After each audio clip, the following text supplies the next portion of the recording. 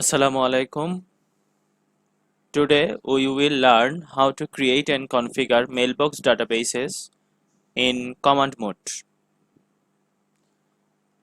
Let's go to our server.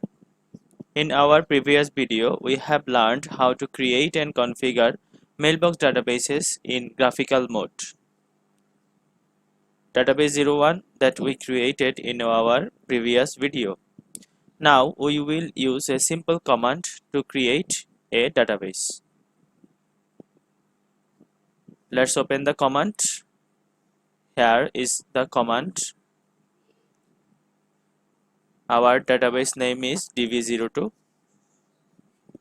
The name of your server will be here.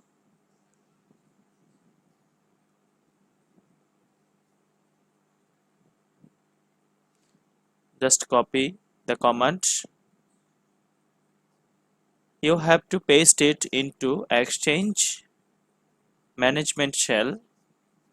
The shell is dedicated for Exchange server only. We have opened Exchange management shell, verbose connected to lab.macro.com. Paste the command here.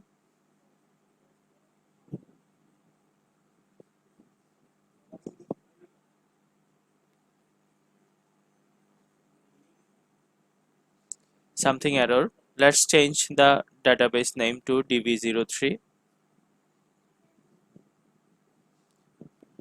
We need to restart the Microsoft Exchange Information Store. Let's open Exchange Admin Center. Refresh the tab. The new database is here. You can see that the database is unmounted. You can mount it from here. Yes, the database is updating now. The database is mounted now. You can change any settings from edit menu, maintenance or limits or client settings here. This is how a database can be created with a simple command.